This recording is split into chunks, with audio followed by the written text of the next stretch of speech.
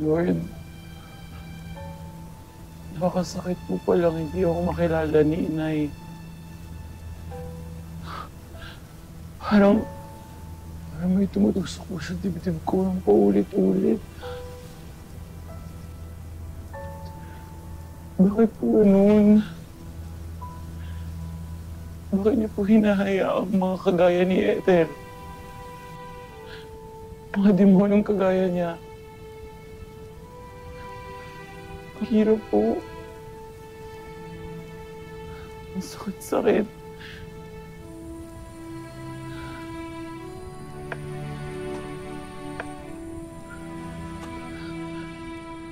Siguro naman may karapatan akong mag-walling.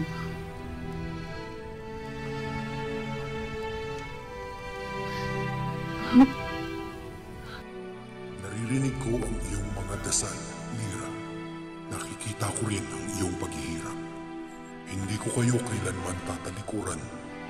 Tatagan mo rin ang iyong loob, pagkat may nakahandang magandang kinabukasan para sa iyo.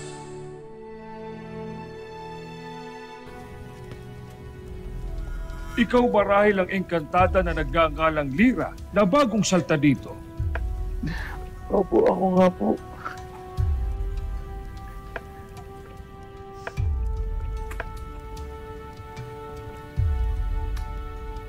Ako si Imaw. Ikinagagala kitang makilala, Lyra. Ako rin po. Natutuwa po akong makita kayong muli. Muli? Bakit, Lyra? Nagkita na ba tayo dati? Hindi niyo po ba talaga ako natatandaan? Wala bang mas isa sa inyong nakakaalala sa akin? Ipagpatawad mo. Ngunit dala ng aking gulang ay... Abisala Nunong Imaw. Sino yung kausap? Ay!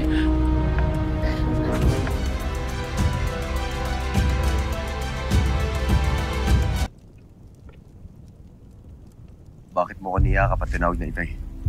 Hindi naman kita kilala. Sino ka ba? Siya si Lyra. Kinupkup siya ni Amihan para manirahan rito. Tawad po. Tawad kung tinawag ko kayong Itay. Nambigal lang po ako. Manalalahanin yun. Nunong Imaw, maaari mo ako samahan kay Amihan? Tayo na.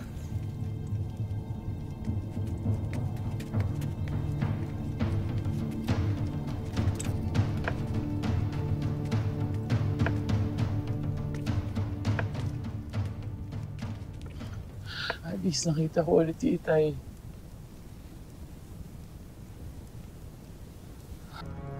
Nakilala ko na ang Lyra na kinupkup niyo dito. Hindi mo naman marahil mamasamain na pinangunahan na kitang patuloyin siya dito. Hindi, Amihan. Wala kang bagay na gagawin na ikakagalit ko. Nagtataka lang ako kung bakit niya ako tinawag na Itay. Hindi ba't amang ibig sabihin? Oo. Kakatuwa. Tinawag niya rin akong inay kanina. Ngunit iniisip na lang namin na may sakit siya sa kanyang isipan. Ganon pa man. Imaw, nais kong malaman kung saan siya nanggaling.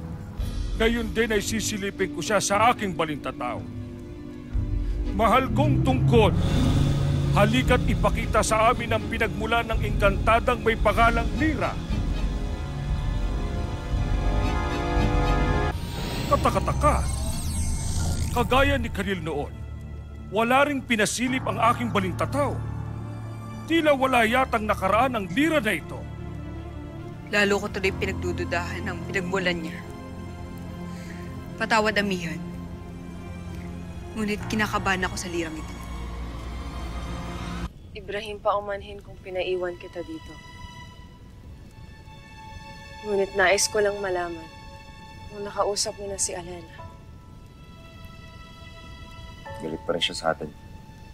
Dahil nakidanaya. Ikinalulungkot ko na nadamay ka pa sa hidwangin.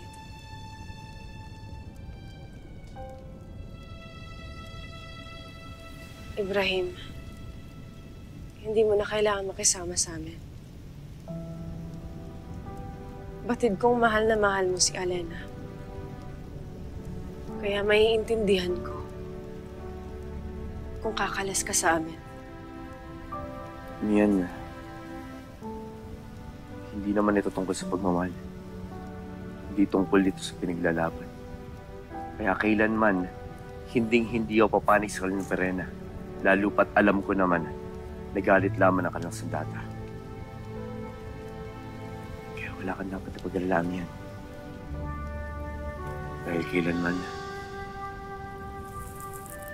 hindi ako mawawala sa iyong tabi.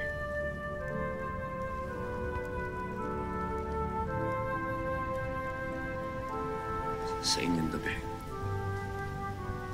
hindi ko kayo iwan.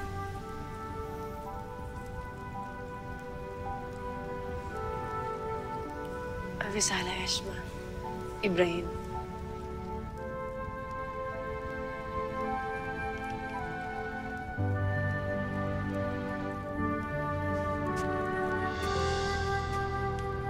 Maaari mo na ba akong iwan?